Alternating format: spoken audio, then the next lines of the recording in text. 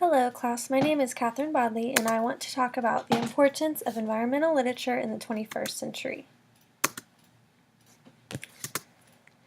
So why is environmental literature so important?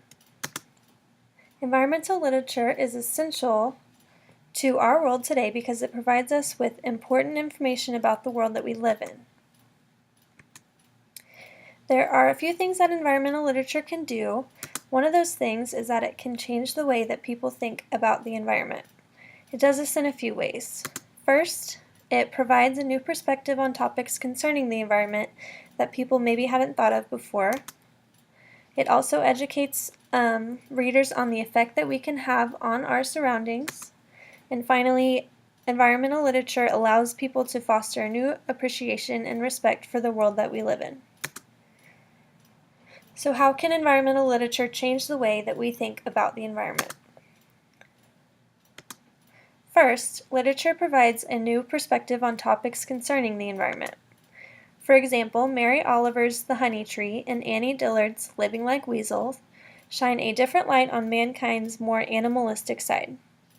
In Mary Oliver's poem, she writes it as if she is the bear climbing a tree and fighting her surroundings to reach the honey. This isn't a perspective that people often think about, so it gives a different view and a different appreciation for animals. Furthermore, Annie Dillard's essay explains an encounter she had with a weasel one day while she was sitting near a pond. This encounter leads her to think about life in the eyes of the weasel and kind of have a new outlook on life after having that encounter. Another example of literature that can provide a new perspective is Barry Lopez's passage Apologia. In this passage, he talks about his trip from Oregon to Indiana, and each time that he saw an animal on the side of the road that had been hit by a car or something, he pulls over and he pays his respect to the animal by pulling it off the road and laying it in the grass or whatever's near so that it can have a more peaceful resting place. Secondly, literature can educate us on the impact that we have on the world that we live in. For example, the article Hydrofracking, is hydraulic fracturing or hydrofracking a safe way to extract natural gas, is an excellent example of literature that shows how we can impact our world.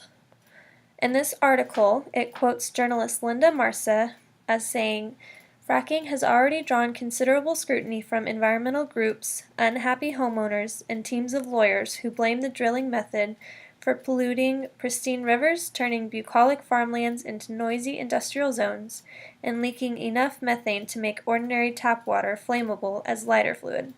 So this is a great article that shows how our different methods of getting stuff out of the earth or our different ways that we use our resources can negatively affect our environment. Another example is issue overview, endangered species. In this article they talk about the effect that we have had on the animal kingdom and what we can do to remedy that effect. A third example is the article desertification. This article explains how humans have impacted the different climate zones in the United States. This article gives the supporting side and the opposing side of whether or not we should implement aggressive countermeasures. The supporters of the aggressive countermeasures say, poor farming techniques and overgrazing cause soil degradation in the vicinity of deserts, making it easier for deserts to expand.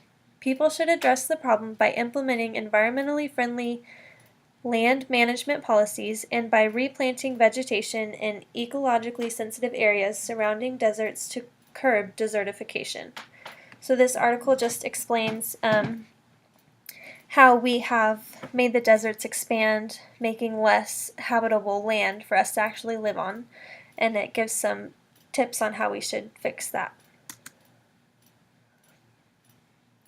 Third, environmental literature can help readers to foster a new appreciation and respect for our surroundings. In Jack London's To Build a Fire, London shows what can happen when people do not respect the dangers of nature. In this passage, the man chooses to ignore all advice given to him by people who know the land better than him, as well as ignoring his own instincts and the instincts of his dog companion that's with him. He treks into the freezing Yukon on one of the coldest days of the year, and in the end, he loses his life to the cold while the dog runs away to seek shelter. If the man had respected his environment and had a better appreciation for what it can do, he would not have gone out in the cold that day rather than just sticking to what he thought was right. Another article that can help us appreciate Earth more is Issue Overview Clean Air Act. This article speaks about the importance of respecting our environment and taking care of the Earth. There's a line in this article that says, efforts to clean up the nation's environment precipitated a series of landmark laws. In 1963, Congress passed the Clean Air Act, which established a research program to advise states on emission limits. The article goes on to just talk about different ways that we can help to clean up our environment and different things that we should be doing and things that we already are doing. So it's a great article that helps us to appreciate our environment more and learn how we need to be taking care of it better. There's a quote from the Dalai Lama that says, "It is our collective and individual responsibility to preserve and tend to the world in which we all live."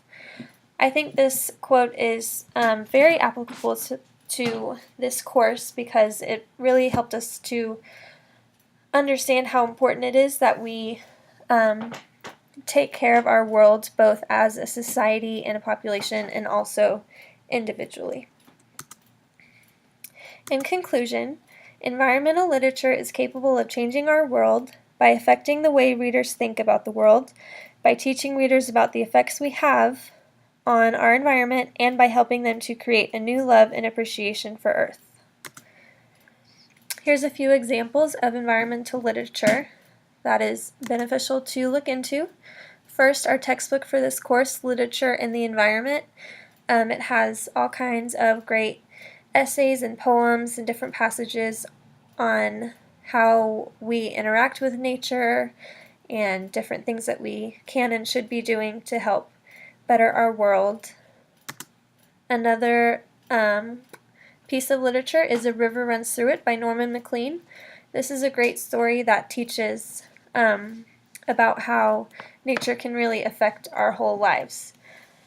In this story, Norman Maclean talks about how the river and the wilderness around his home in Montana gave him and his brother something to bond over, and it really changed the course of their lives. Another great example is A Sand County Almanac by Aldo Leopold. This book is just an account of a year in the life of Aldo Leopold on his farm. He talks about the different things that happen all throughout the year and how his environment changes and how it's been affected by man. Another great piece of environmental literature that may be kind of unexpected is The Lorax by Dr. Seuss. Even though this is clearly a fictional and just a fun story, it has a really important message in it. In this story, this man goes around chopping down all the truffula trees to better his own situation and benefit himself, even though the Lorax tries to tell him that he needs to protect the trees. In the end, all the trees are cut down and there's nothing left for the man to use, so his whole life kind of falls apart, and all the animals that lived there have already left because their home has been destroyed by the man cutting down the trees, as well as his building of a factory which polluted the earth or polluted the air and just made it really an unlivable place. So those are some great examples of environmental literature to check out. And here are the articles that I found all my information. And that is the end. Thank you.